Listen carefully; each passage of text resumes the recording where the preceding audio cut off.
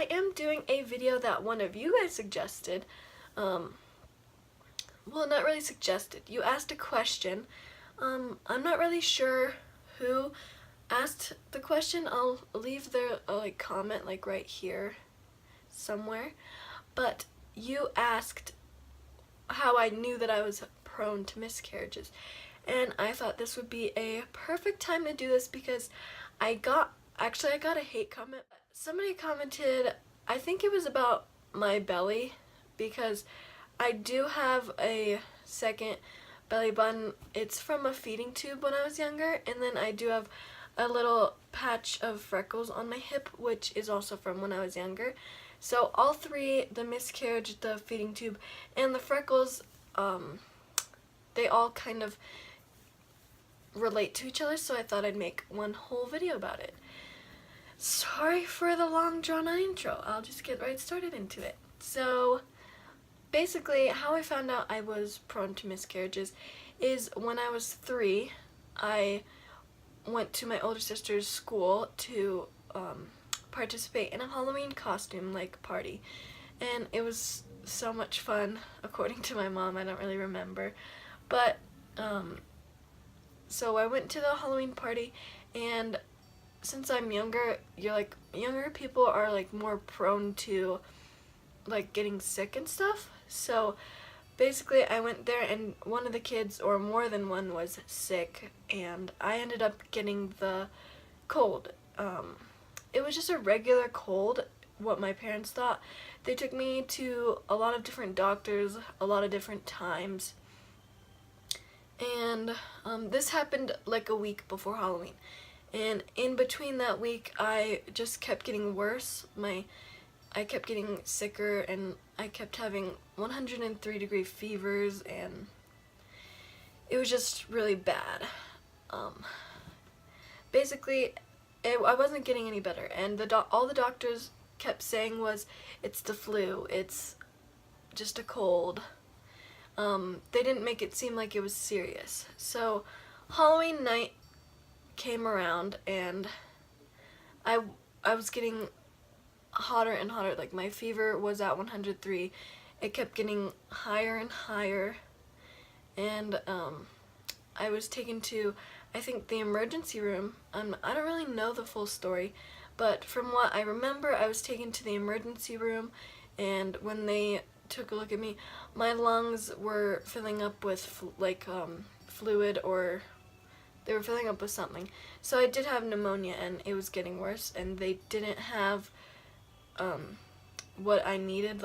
I needed to be put on a machine to help me breathe and stuff, and they didn't have that there, so they airlifted me to a different hospital. I don't remember what hospital, but I was airlifted in one of the helicopters to another hospital, and when I got there, I was put on a machine. I was in the hospital for, I want to say, about a month. I was in the hospital when I was 3. And,